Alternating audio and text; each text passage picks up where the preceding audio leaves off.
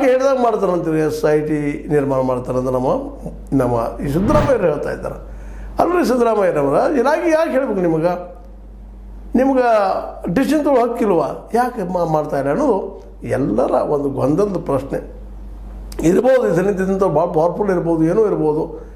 ಆದರೆ ಜನ ಬಯಸ್ತಾ ಇದ್ದಾರೆ, ಮತ್ತು ಇಡೀ ಕರ್ನಾಟಕ ಎದ್ದು ನಿಲ್ತಾ ಇದೆ ಈ ವಿಷಯದಲ್ಲಿ. ಎಲ್ಲ ಕಿವಿ ಕೊಡ್ತಾ ಇದ್ದಾರೆ. ಯಾರಪ್ಪ ಇಷ್ಟು ದೊಡ್ಡ ಪ್ರಮಾಣದಲ್ಲಿ, ಯಾರು 1000 ಕೊಲೆ ಆಗಿದ್ದಾವೆ ಅಂತಾರೆ, ಯಾರು 500 ಅಂತಾರೆ, ಯಾರು 100 ಅಂತಾರೆ, ಯಾರು 300 ಅಂತಾರೆ, 400 ಅಂತಾರೆ. ಅವ್ನು ಸ್ವತಃ ಹೇಳ್ತಾ ಇದ್ದಾನೆ, ನಾನು ಎಷ್ಟು ಹುಗಿದಿದ್ದೀನಿ ಅಂತೇಳಿ. ಅವ್ನು ಬರೆದು ಕೊಟ್ಟಿದ್ದಾನೆ ರಿಟರ್ನ್ದೊಳಗೆ. ಪಾಪ ಈಗ ವಕೀಲ ಜೊತೆಗೆ ಇದ್ದಾನೆ. ಯಾಕೆ ರೀ ಸಿದ್ದರಾಮಯ್ಯ ಇದಕ್ಕೆ ಆಜ್ಞೆ ಮಾಡ್ತಾಯಿಲ್ಲ? ಇವತ್ತು ಪ್ರಕಾಶ್ ರಾಜ್ ಇದ್ದಾರೆ, ನಾಳೆ ಮತ್ತೊಬ್ರು ಹೇಳ್ತಾ ಇದ್ದಾರೆ. ಪ್ರಶ್ನೆ ಮಾಡೋದು ಸಹಜ. ಹಿಂದೆ ಭಾಳ ಬಲಿಷ್ಠ ಅದಾನ, ನನಗೂ ಕುರ್ಚಿ ಹಾರ್ತದೆ ಅದಕ್ಕೆ ನಾನು ಹಿಂಗೆ ಮಾಡ್ತಾಯಿದ್ದೀನಿ ಅಂತ ಏನಾದ್ರು ವಿಚಾರ ಮಾಡ್ತಾಯಿದ್ದೀರಾ? ನೀವು ಕುರ್ಚಿಗಾಗಿ ರಾಜಕೀಯ ಮಾಡ್ತಾಯಿದ್ದೀರಾ ಅನ್ನುವಂಥ ಪ್ರಶ್ನೆಗಳು ಕೇಳಿ ಬರ್ತಾಯಿದ್ದಾವೆ ಸಿದ್ದರಾಮಯ್ಯರ ಮೇಲೆ ಮತ್ತು ಗೃಹ ಮಿನಿಸ್ಟರ್ ನಮ್ಮ ಪರಮೇಶ್ವರ್ ಅವ್ರ ಮೇಲೆ. ಯಾಕೆ ರೀ ಪರಮೇಶ್ವರ್ ಅವರು ಇದನ್ನು ಎನ್ಕ್ವೈರಿ ಮಾಡಿಸ್ತಾ ಇಲ್ಲ? ಇಲಾಖೆಯನ್ನು ಕೇಳೋದು ಏನದ? ಅವ್ನು ಸ್ವತಃ ಬಂದಿದ್ದಾರಲ್ಲ ಸಾಕ್ಷಿ ನಾಶ ಅಂದ್ರೆ ಯಾರನ್ನು ಕೇಳ್ತೀರಿ?